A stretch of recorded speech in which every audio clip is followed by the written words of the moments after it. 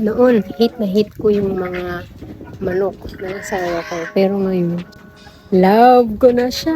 Love ko na sila. Yan. Napakain ako ngayon ng mga manok. Kahit umuulan, maambon. Dati hit na hit ko yung mga manok ni Joe Ward. Dahil pinagsisimusap ko si Dondo. Kasi pag hindi siya sa bahay, mas inuuna niya pang puntahan yung mga manok. Bago ako, sisilipin niya muna ang kanyang mga manok. Bago ang misis niya. Pero ngayon, iba na siya. Love ko na ang kanyang mga manok. Dahil alam ko, mas love ako ng asawa ko.